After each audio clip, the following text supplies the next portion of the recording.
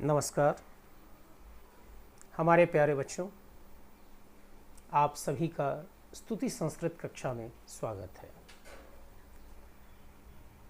आज हम लोग स्वर संधि के चौथे भेद अर्थात यण संधि के विषय में बातचीत करेंगे। अभी तक आपने स्वर संधि के 3 भेद को पढ़ लिया है और मैं आशा करता हूं कि आप सभी उन सभी का अभ्यास भी कर लिया होगा। आज हम लोग पढ़ेंगे यण संधि। यण संधि क्या होता है और यण संधि में परिवर्तन कहाँ कहाँ होता है, इसे हम लोग आज समझेंगे। यण संधि का सूत्र है इको यणचि, अर्थात कहता है इक स्थाने यण स्यात् अचि परे। इसका तात्पर्य है कि इक के स्थान पर यण होता है। इक क्या होता है? इक प्रत्याहार में ई, उ, री तथा ली ये 4 वर्ण आते हैं। एक सूत्र है स्थानेनंतरतमः। उस सूत्र के आधार पर ई और दीर्घ ई, उ और दीर्घ उ, री और दीर्घ री, इनका भी प्रयोग हम करते हैं, क्योंकि इसमें यह कहा जाता है कि उस ई का उच्चारण स्थान यदि तालु है तो दीर्घ ई भी वहीं से है, इसलिए एक ही उच्चारण स्थान होने के कारण उसका प्रयोग हम एक साथ कर सकते हैं। अर्थात कि ई के बाद यदि कोई भी स्वर हो तो उसका यण हो जाता है। यण अर्थात य व र ल। हम यहाँ पर एक प्रश्न का उत्तर देना चाहेंगे कि स्वर संधि के अंतर्गत य व र ल इसका प्रयोग हम क्यों करते हैं। आपके भी मन में यह प्रश्न होगा कि यदि स्वर संधि है तो य व र ल तो व्यंजन है, इसका प्रयोग हम इसमें क्यों करते हैं यण संधि में। इसके लिए पाणिनि ने एक जगह कहा है कि य व र ल जो है वह अर्ध स्वर है और इसे अंतस्थ वर्ण कहते हैं। अर्थात कि य व र ल ये अर्ध स्वर है, इसीलिए हम इसका भी प्रयोग स्वर संधि में करते हैं। तो यदि ई वर्ण के बाद कोई स्वर हो तो य, उ वर्ण के बाद कोई स्वर हो तो व, री वर्ण के बाद कोई स्वर हो तो र और ली वर्ण के बाद यदि कोई स्वर हो तो ल बनता है। अब आप देख सकते हैं इसके नीचे भी है ई दीर्घ ई धन स्वर बराबर य, उ दीर्घ उ धन स्वर बराबर व, री दीर्घ री धन स्वर बराबर र, लड़ी धन स्वर बराबर ल। इस प्रकार से हम इसे बना सकते हैं। अब आते हैं इसका उदाहरण हम कैसे समझेंगे। ये देखिए,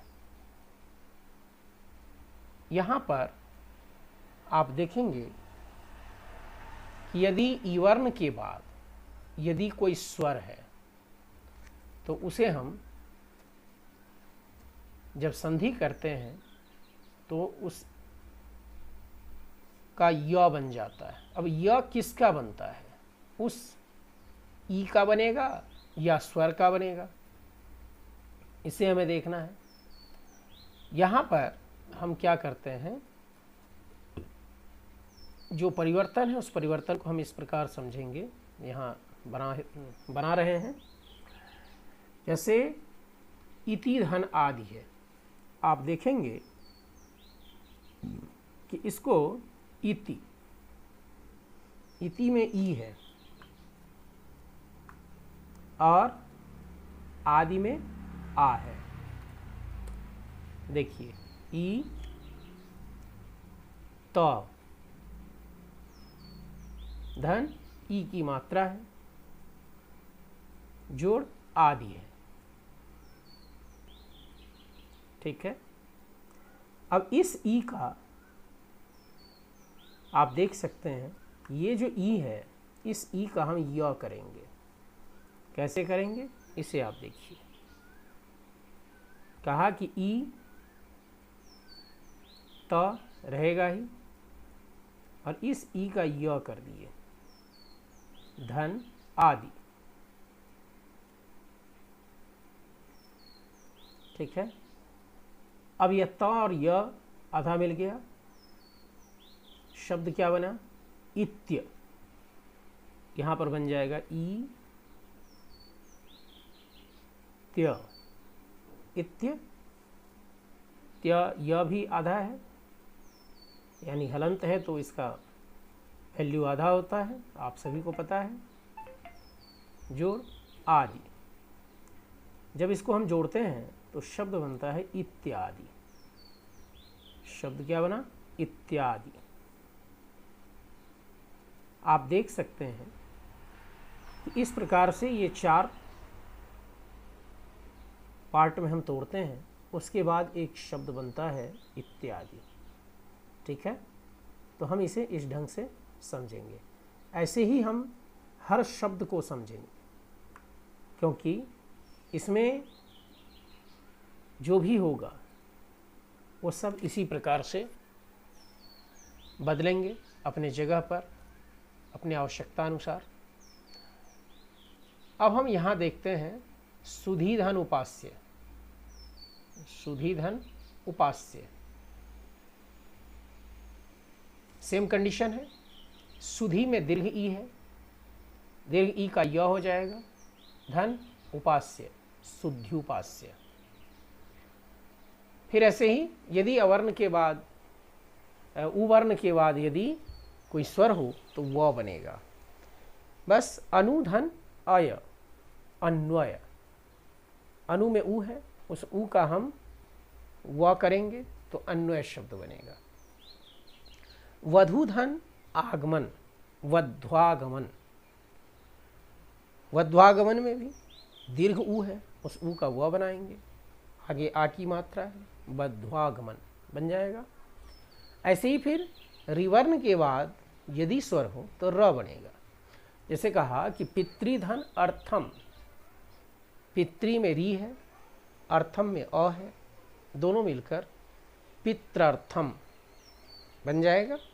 धात्री धन अंश, धात्रंश। धात्री में री है, अंश में अंग है, री का र होगा, त्र धन अंग त्रंश, अर्थात धात्रंश। ऐसे ही फिर लड़ी धन स्वर, धन स्वर रहे तो ल बनता है। जैसे कहा कि लड़ी धन आकृति ही, लाकृति ही। लड़ी धन अकार, लकार। इस ढंग से हम इसको बना सकते हैं। इस प्रकार से यण संधि हमारा समाप्त होता है। अगर आपको कहीं भी किसी भी प्रकार की दिक्कत लगे तो आप मुझसे बात भी कर सकते हैं। अगर आपको लगे कि ऑनलाइन कक्षा भी लेनी है तो आप मुझसे ऑनलाइन कक्षा भी ले सकते हैं। आज की कक्षा को यहीं पे हम समाप्त करते हैं। धन्यवाद।